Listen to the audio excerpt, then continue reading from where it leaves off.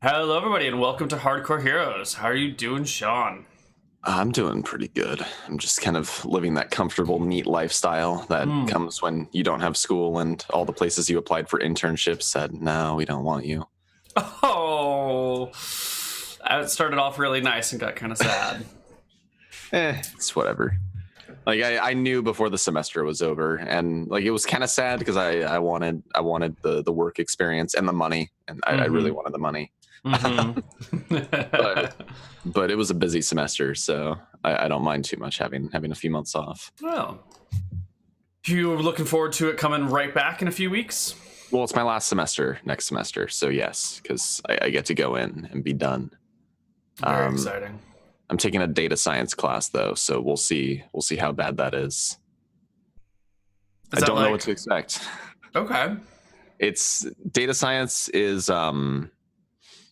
it's really common, like merging between computer science and more classical sciences. Like a lot of like biology labs and stuff need data scientists. That's all I know. Is it going to be like analyzing data? I would assume so. Oh, exciting. Yeah, and then other than that, I have a bunch of other classes that I actually wanted to take.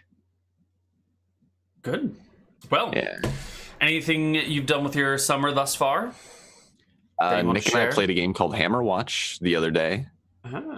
Yeah, it was or Heroes of Hammer Watch. It's like a little roguelite dungeon crawler. That game was pretty fun. And other than that, I've been playing a ton of action RPGs, like all of them. Like what? I picked up a game called Grim Dawn a long time ago, and I finally got around to playing that. I went back and I played Titan Quest. Oh, that's an old game. I haven't heard of Titan Quest in ages. It's still really fun. Nice. And then I played Diablo 2, and I played Torchlight 2, and that game was just as boring as it always was. Yeah, no, I've been playing like all of them because Path of Exile came out with the new league, and I was thinking about going back to that. And then I thought, I have so many action RPGs I've either like never played or never finished. Fuck Path of Exile. I'll go do something else. Nice. Well, it sounds like you've had a fun and somewhat relaxing summer. Are you ready to fight some demons? Die as Van Helsing, yeah. Die as Van Helsing? Give other people a cause to throw themselves at? Yeah. Perfect. Well, let's take a look at where we last left off. We were in the manor outside of Bontheris. And you have 3 henchmen who totally have names that we all remember and love, so we don't need to bother saying them right now because they're such memorable characters. It would do them a disservice to even mention them. Are you sure we don't want to just like rename them here and now? You know, it might be nice, just like their names were so good, it'll be impossible to top them. Why don't we just give them some new names? Yeah. Yeah, I like that. Let's give them some new names. And, you know... Chrome is trying its hardest to crash on me right now. But Windows won't let it, and it's just in this awkward state of taking 20 seconds to respond to anything I do. Anyways, let me pull up a notepad so I can write down these names. Okay. So you've got your 7th level fighter, who is a really old lady. You know, she is... Just make my notes here. She joined up with you guys because she's looking for a good death, right? Okay. She wanted a place where she could be satisfied that she died in combat in an honorable way. And her name... How about Lucilla? Lucilla. All right, I can do that. Lucilla. Excellent. And then we had a 6th level fighter who, why don't we just re-randomize their sex? Because I don't remember. Goblins. Randomizer. I remember the mage guy was a dude, and that's it.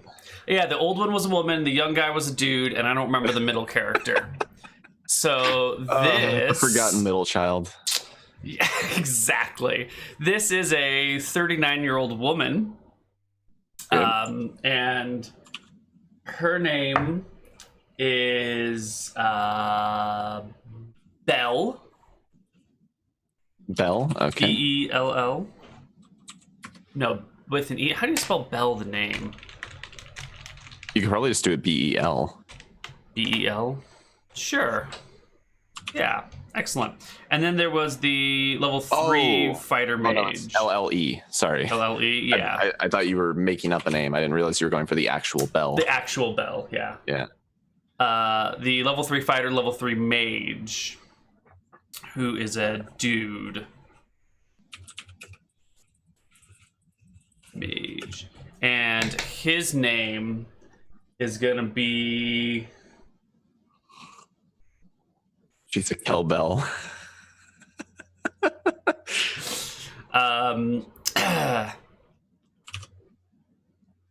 His name's gonna be Frank. Frank? All right. Yeah.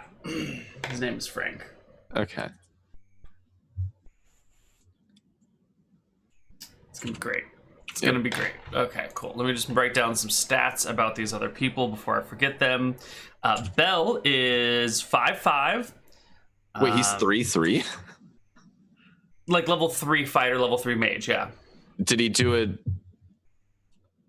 He's human though, so he did it like the weird second edition way where he gave up being a fighter and became a mage and then did the mage levels and then got both back or something? Yeah.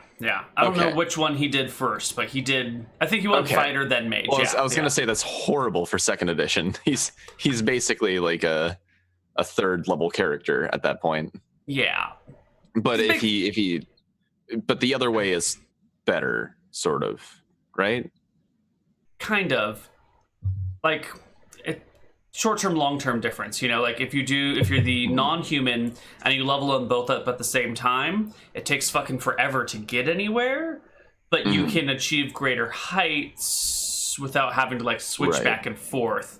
Whereas the other way, you can kind of, like, I want 5 levels in fighter and then 1,000 in wizard or whatever, you know? Does he get the hit dice for both? I think that was one of the big differences between, like, the dual classing versus multi-classing was that you get the hit dice the whole way, right? Right. So you'll as opposed to having to split them by 2. Right, so he'll have 3d10 plus 3d6 HP. Okay, that's not too bad then. Cool. That was my big concern, was he just wind up getting one shot? No, he's got hit points, and he's got some combat capabilities, but he's mostly going to be throwing the spells. Okay.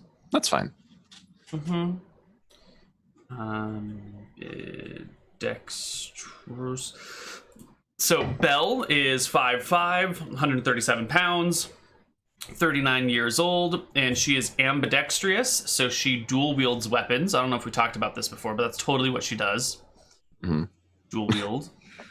The level 7th fighter, Lucia, is your sword and board style fighter. I'm going to get some stats for her as soon as I can roll an old woman character. Stop giving me all these old men. My old here we go.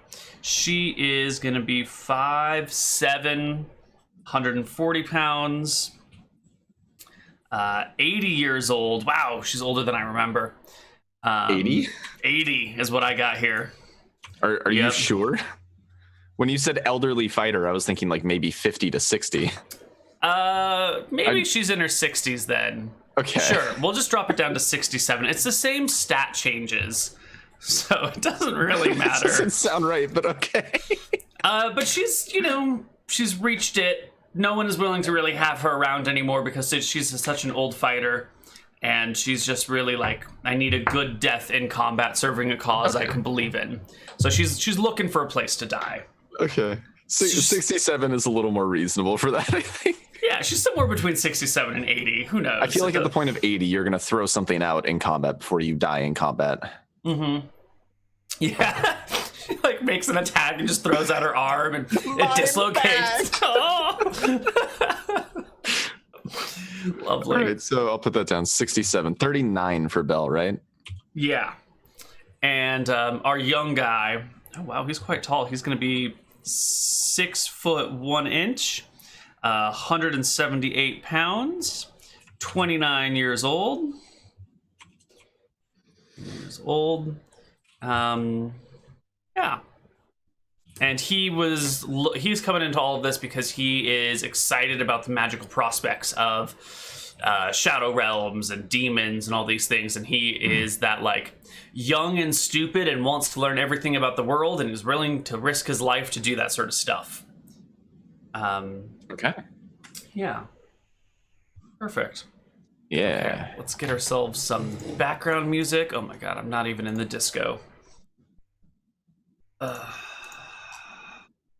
Oh, hey, it's already all set up. Easy peasy. Sense of nature. I will just drag you into a disco slot because I think our original disco slots are gone. Wait, can you access home? Oh, Discord? Yeah, for musical stuff. Oh, right. Oh, they are gone. Yeah. You not use them anymore? I just got rid of the ones that we weren't actively using. Okay, there you go. I've given you access to one called Homeward Bound. Perfect. Got it. Perfect. All right. And let's get our music going, and we'll hop into game here. You are in your fancy-pantsy estate with your 3 henchmen. Jeeves is here. He has made you tea and crumpets. Your halfling cook is around as well. Technically, she made the crumpets, but Jeeves tried to take credit for it. We all know who made them, though. And you guys are sitting around waiting for Malachi. And we're going to probably skip some time and say that you've been waiting for a while, and he's just vanished. Well, I think what happened is Van was occasionally scrying on him. And then when I saw that he went off to some other city to go on a quest for, I think he was looking for the staff of the Magi. Was that it? I think at that point, it's like, okay, he's probably going to be a while. Let's get some work done in the interim. Yeah, he spent like a month in an airship, and then he's been like hopping between cities. Yeah. Okay, yeah. So yeah, probably after like a week of scrying attempts, it's gonna be like okay, he might be quite some time. We can get something done in the meanwhile. And Malachi has teleport, so if we leave a notice for him, he can catch up. Absolutely. Yeah. Okay. So one thing that I want to do in preparation, I want to head into the treasury because we have a wind shear lying around. I know that much. Do we have any other like magical weapons lying around of +1 or better? It's a great question. I know there's a +1 shield that none of us are using, but that's not really the issue. Mostly wondering if we have any other +1 weapons because I know we had a bunch toward the end of Hardcore Heroes, but I don't remember which ones I know we lost the +5 platinum sword. The what's his name sword? Tyrus Bellows' sword? Yeah. Georg took that one to his grave. But I have Wind Shear. I have Harvest Moon, and I'm wondering if we have any others because I don't remember what things require magic weapons to hit. I don't remember what you have in terms of weapons. Yeah. I think it might just be Wind Shear? Maybe? It might be. Is there a +1 axe somebody mentioned? I don't know anything about an axe, so that's probably something that came up when you were doing Dicing with Death. Kine had a +1 axe, but I think maybe he died with it on the other side. Maybe it got recovered. I mean, if he had a +1 axe, would we have left that behind? I mean, it might have gotten left behind in the chaos and the confusion. Well, but we didn't ditch everyone's bodies, right? Like we burned everyone in the end. Right. Maybe you've got a +1 axe lying around. Okay.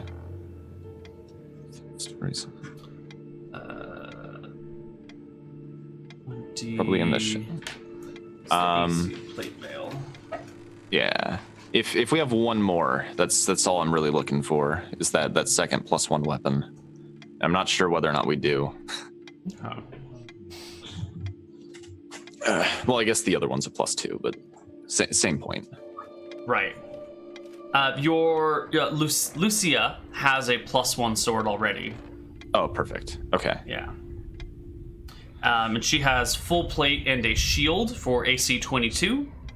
And Belle is our dual wielding expert, so she dual wields arming sword, short sword. Okay. So before we head out, then I guess we'll do it as part of. I'm gonna let everyone know that we have some work to do because Malachi's gonna be a while.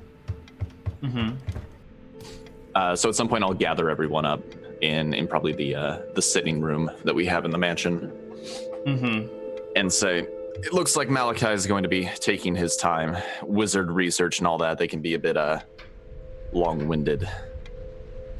But you might be interested to know, Frank, he made it onto the airship. The elusive airship? He's found it? Where? Tell me where. It's traveling. Every time I scry it, it's moving. But every time I try to scry him, I get outside the airship. I can't go into it, but it seems to follow it whenever I try to scry him. So I get the impression that he's there. Damn it. Well, if we ever get back from this, you'll have to help me get there. That's always been a dream of mine. You'll have to ask Malachi for that. He's the one who managed to fly onto it. He nods. Let's see here. Belle, was it? Yes. We're going to. The demons are not always corporeal. They have a spiritual state, and I'm not sure if ordinary weapons are enough to hit them. And in the meantime, you might want to hold on to this. And I hand her Harvest Moon. Ooh. She will happily take that from you. Is that Harvest Moon +2 sword? Harvest Moon is +2. It's also incredibly light and can be used for dual wielding, despite being a medium-sized weapon as the offhand weapon. Ooh, I will just scrap her short sword attack then. And then, so she's got a +8 with one hand and a +10 to hit with the other. Ooh, nice. Yeah. She has a +1 from strength. Okay. And then Lucilla, you said you had your own tricks for that, right? She nods and taps her blade. Good. I thought we might have an axe somewhere, but I can't seem to find it. Jeeves is probably using it to chop firewood without even realizing it. He's like just looking for a firewood axe and goes in the treasures like, oh, here's an axe. And it's like sitting outside in the tool shed, maybe rusting. Yeah, it's sitting in the tool. It's like the most elegant firewood axe that you could ever possibly find. It's like engraved. It has like a spike on the back end for impaling your opponents, but it's just being used to chop firewood. Jeeves doesn't know any better. He's so forgetful. All right. Okay. Let me pull up the map here so I know exactly what we're going to be doing. Anyways, in the meantime, I thought we could head to Stromheim. They're still doing plenty of work with combating the after effects of that demon invasion. I thought we could lend a hand. Might give us some useful information for when we finally travel to the other side. Lucia chimes in saying, as I understand it, these demons came from where we wish to go? Yes. Then to them, let's go. Let's find them. They will probably have information or clues that will help us. My thoughts exactly. How shall we get there? Eridon is not exactly a safe place these days. Well, we are going to be one of the most heavily armed parties traveling its roads, so I'm not too worried about being accosted by bandits or the like. I hear most of the demon invasion has been dealt with, at least to the south. I think the bigger issue is how are we going to get to Eridon in the first place? We'll have to cross into Mistrea, won't we? There's some exchanged looks of concern. And Frank goes, yes. Mistrea to Eridon would be the fastest route. I suppose we could take a ship past Matava, couldn't we? Is Newfort still standing, or did that fall to the invasion as well? I believe that has fallen as well. If we can find a brave sea captain, maybe he'll take us to the shore and leave us there.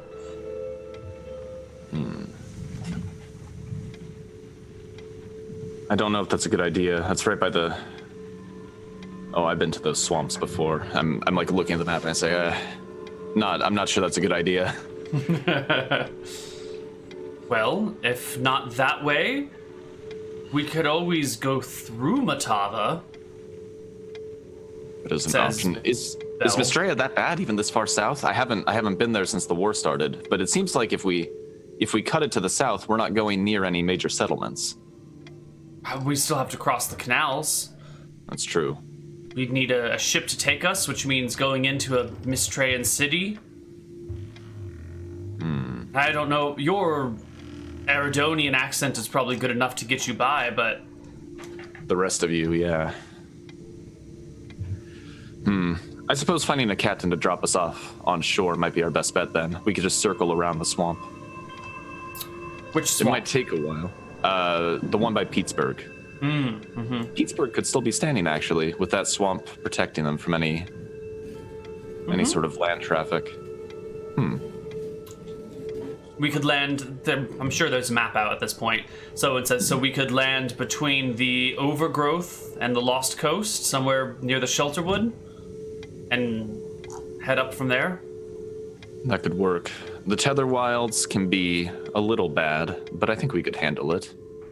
There's giants there sometimes, but, well, it wouldn't be the first giant I've run into. I suppose that might be the best way to do it then.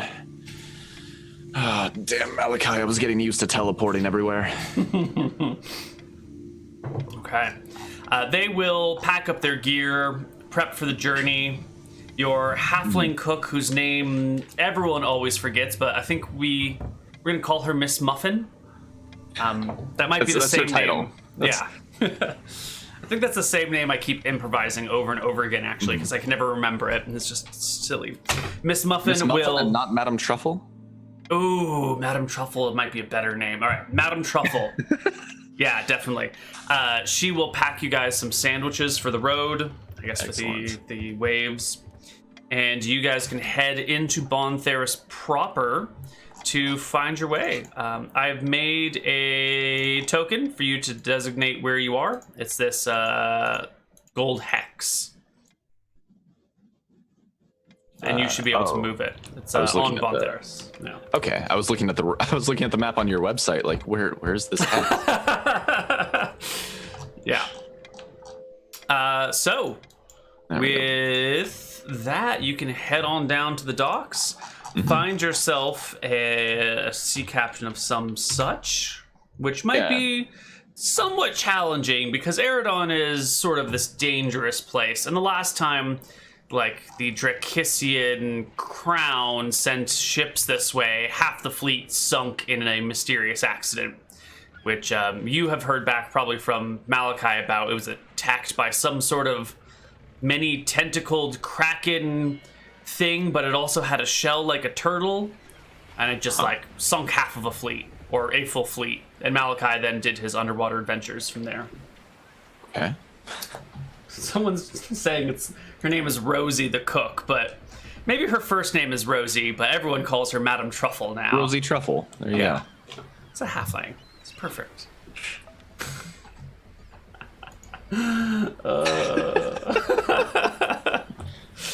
Great. So, you head on down, and what sort of ship are you looking for here? I'll head into like one of the nearby taverns, and it seems like a good place to network with a captain who doesn't have an immediate job. Very smart. I like that idea. Yeah. All right, you head down to one of these seaside taverns. And I start putting out a feeler that I need a captain to drop us off right at the coast of Eridon. All Just right. A short putt to the south. Sure.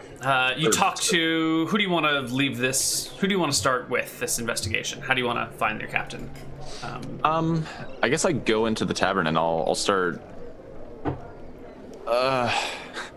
Yeah, I guess I'll just walk up to random people in the tavern and say, "Excuse me, I'm looking for a ship captain who's willing to make a quick jaunt to transport a few passengers." Sure enough, the first person you walk up to is a dark-haired woman, and she looks you up and down and goes, "I have a small ship. I can get us to Eridon, but what's the guarantee that we won't be destroyed on the way by pirates or sea monsters or dragons? I mean, isn't that a danger anytime you leave port, regardless of where you go? It is, most certainly. I'm not looking to go all the way around the, I'm looking to go all the way around the continent. I'm not asking you to take me up to Weatherlight or anything. I just need a ship to take me up to the Shelterwood. It's not too far. Right past Matava, you'll barely even enter Eridon. Right around the area that fleet went missing. Well, I could use the work. If you have the money for such a dangerous journey, I can make this happen. It's about 170 miles, taking the safest route possible. We can do 36 in a day. 170 divided by 36. That'll be 5 days there, 5 days back. You won't need me to pick you up, will you? No, we'll find our own way from there. How much stuff do you have? We're not going to be carrying too much. Mostly what we can carry. I assume I'm not taking Jeeves with us. I don't want to. Yeah. I'm not taking him back there. So just 4 passengers and what they're carrying. Might have some heavy packs, but no carts or anything. Well, that'll be a 10-day journey for me and my crew. It's dangerous waters, so let's say 8 gold a day, so 80 gold, she says, which is a pretty high price, but I think you can afford it. Yeah, and honestly, it's a dangerous trek. I can't really blame her too much. And I say, yeah, deal. Good.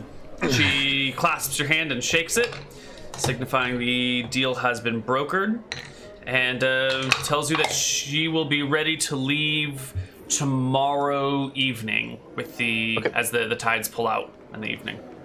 Perfect. I'll go let everyone know that I got us passage. We'll enjoy that last night of living in a cozy mansion. All right. When you get back to your cozy mansion, Jeeves is there, and he hears, of course, of your plans to go, and says to you, Master Van Helsing, with Master Malachi gone, and with you out of town for an indefinite period of time, I thought maybe this would be an appropriate time for me to take a vacation. That sounds excellent. What did you have in mind? Oh, I thought I would tour the Drakissian countryside. Maybe see some old friends in Fenden. Down to Bon May. Well, I certainly don't want you walking the road on your own. Let me get you some traveling money, Jeeves. Thank you. He bows deeply and graciously. Yeah, I'll find like 100 gold. That seems like plenty to get himself in with some caravans. That's more than enough. Van is not good with money anymore. I give him 100 gold pieces. Perfect. And I say, have fun in Fenden. I don't know when Malachi is going to be back, but I'll leave a note here that says he's or that lets him know that you're going to be gone for a while. And then we have other people tending the mansion, right? Madam Truffle will be here. She can look after things while I'm away, I suppose. And don't worry about Master Malachi. I'll be sure to tell him I've already taken my vacation this year when he arrives back. This sounds This seems fine. I don't see much need for it. And I think about the treasury, and then I consider the sheer number of fire traps that we've warded the door with. Yeah. Yeah. No, this should be fine. Lovely. I believe there's a circus heading that way soon, or coming through town. Maybe I might stick around long enough to see the circus and then head out with them. I think you'll have time. There's we're going to be on a bit of a long trek up to Heatstroke, and Malachi's doing whatever weird things he does. You know how he is. He vanishes for long periods of time without a word. Lovely. But thank you again, Master Van Helsing. I'll make sure to take care of everything. You just go save the world. I'll take care of everything else here. Yep. Have fun in Fen then. Certainly. Yeah, and I guess you get to enjoy your last night here in a cushy castle or mansion. Lucia, Belle, and I guess Frank. and Frank, but I'm just now realizing that we sort of named our characters Lucille Bell, sort of, the actress from I Love Lucy. Not quite, but it's Lucia, Bell, and Frank. It's so close to Lucille Bell. It's perfect. Perfect. All right, and you can head out the next day. Okay. Yeah, I'll head down to the dock the next evening and just get ready to sail out. Taking some provisions with us, but mostly just like things that we expect to use tools wise, and then rations. And then I can't remember whether or not. Oh, so for Goodberry, would dried berries work for that spell? Ooh, good question. Probably. Let me just read the text of it to be doubly sure, but that sounds... It doesn't say anything about being a fresh berry, does it? Yeah, and I think we said in the past, like, I could do it to poisonous berries and turn them into good berries. So I was wondering if dried ones... Oh, it specifically says freshly picked edible berries to be instilled. Yeah. Okay. I have other means of getting food, but I've been playing too many editions, and I forget what all the spells are between all the editions and which ones do what. I know I have the one that can. Whatever. I'll figure it out. So we take a bunch of rations with us then. Okay. Since we're gonna be roughing it. Yeah, you can pack up the gear with rations. Frank doesn't carry much stuff, so he can carry some extra food weight. I'll get us an extra chest and have it frisky chested so that somebody can direct it forward by walking behind it. You just like herd the chest down the road. Yeah, I mean that's what we were. I remember we did that at one point because it'll just run away from somebody if they get close enough. So as long as you go at the right angle, you can always just direct where you want it to go. Yeah, or you get like 3 people, so it only has one escape route. Yeah, it's perfect. Yeah, so I get us a chest and put all of our dried rations inside of there and explain how it's going to work and that you kind of got to be careful, but you'll get used to it. It won't run from me, so I can't do it personally, but... Right. They look a little skeptical, but it proves to be an effective strategy. Oh, okay. So let's see how your ocean voyage goes. I'm going to make us an encounter check here. Let me make sure I have a water walk. Yeah. Ooh. Water breathing. Yeah. So off you go on your voyage. You get most of the way there. You're coming right past Valara when the trouble strikes. Not in the form of monsters, but in the form of an intercepting ship that is coming like this way. So sort of like in your direct direction, actually. You're heading that way, they're heading this way. Okay. I tell the captain not to worry. I'm going to trap them in a whirlpool. She looks at you surprised. Are you sure? Sail past them. It's going to last for a little bit. You need to get me somewhat close. Let me get the exact range on lower water. Or maybe it's raised water. I wrote down lower. Yeah, it is lower water. Whew. And then 80 by 9th affects a volume of up to 10 feet long per caster level. So I can do 80 by 80 feet with a depth of 16 feet. Spell creates a whirlpool that sweeps ships and similar crafts downwards, putting them at risk and rendering them unable to leave by normal movement for the duration of the spell. It's 1 turn per level, so they will be trapped in that whirlpool for 80 minutes. Holy shit. Yeah, and then it might sink them. But so looking, what kind of flags are they flying? And they're intercepting towards us, right? Matavan flags, and they're heading for you, not like, trying to go around you, but on like a collision course sort of for you. Yeah, it's definitely a warship with what do you call that on the old like triremes where they've got the underwater stabby battering rammy thingy. Okay, yeah, I tell her I need to be 120 yards away at most. But once I do that, I can just drop a whirlpool right under their ship. Just sail give them a little bit of clearing so you don't get sucked in. And I kind of describe her to her roughly the dimensions. All right, I'm going to give her a morale check because you're asking her to do something crazy and she doesn't understand how good of a spellcaster you are. What is your, what is it? Is a loyalty adjust from high charisma? It's pretty solid. Let me pull my sheet. Yeah, really you got crazy high charisma. Yeah. D&D, Van, new. I have like 3 different Van sheets. So hopefully I got the right one.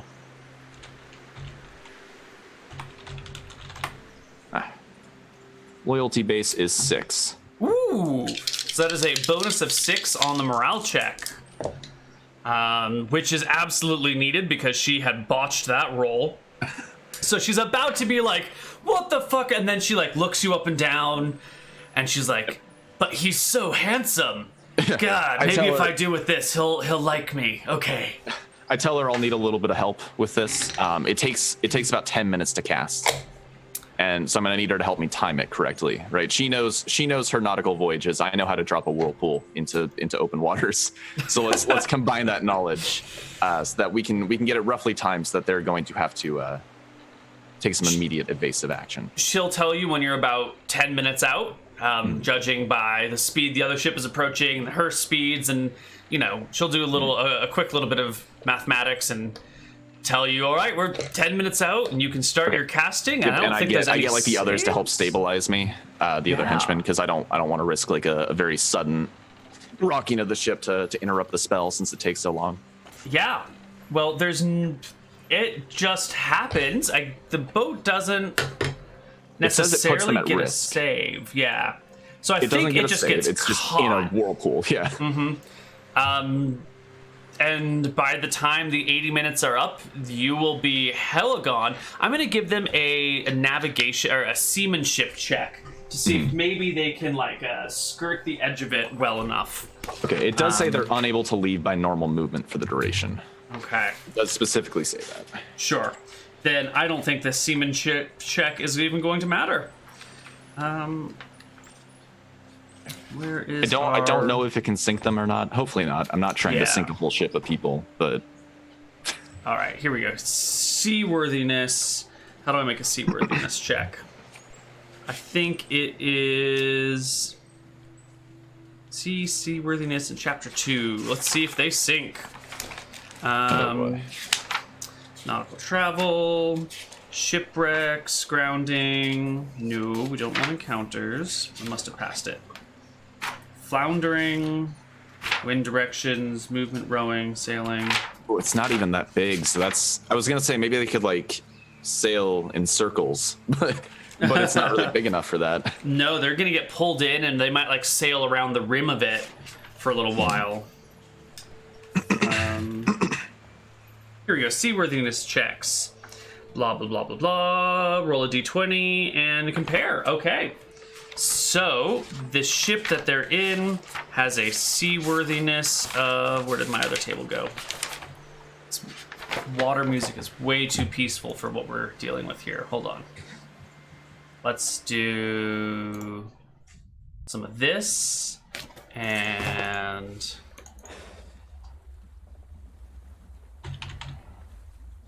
some of that. I'm not getting any of the sound from Discord. Oh, there we go. Yeah, it just took a moment to kick in.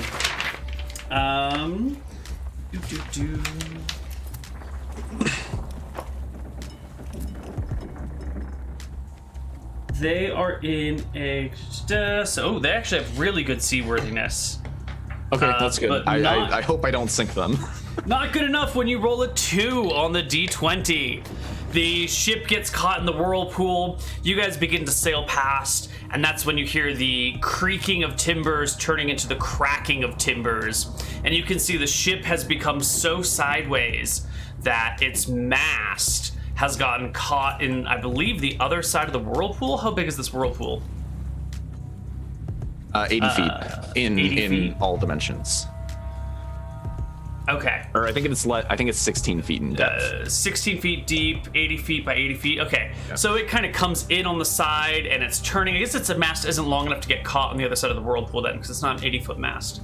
So I think it's just the pressure of the ship turning like that, and you look back and you can see people like falling off the ship into the whirlpool. Someone loses control of the wheel, slips and falls, and the ship goes like below the horizon of the water.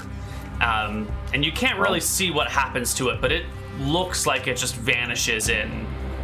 I was hoping they wouldn't sink, but...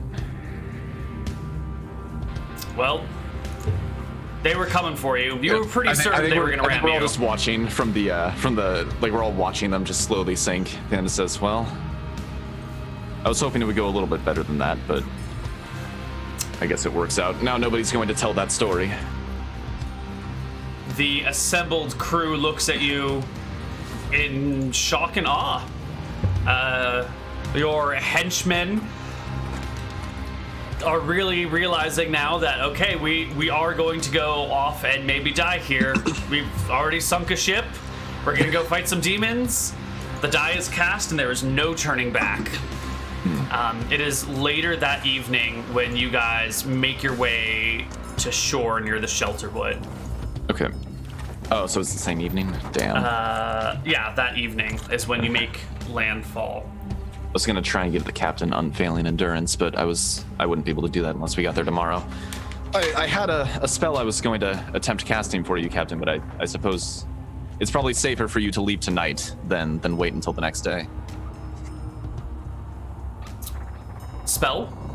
I could have helped with at least your lookout. Something that makes it so you don't need to sleep for a little while. But it's unfortunately, don't worry about it. It's unfortunately not going to work out in this case. She nods. Fair enough. Well, here you are. Yes, thank you again. My Good luck pleasure. on the return trip. Hopefully we won't come into any enemy patrols. I mean, it's the same day, right? Hopefully they won't send another ship out that quickly. Probably not. They'll put you in a skiff, row you to shore, wish you the best of luck, and leave you there. You will start on the coast of the Shelterwood. But first, I think we're going to take a short break after our warm-up here, and we'll be back on the other side in a few minutes. Bye-bye.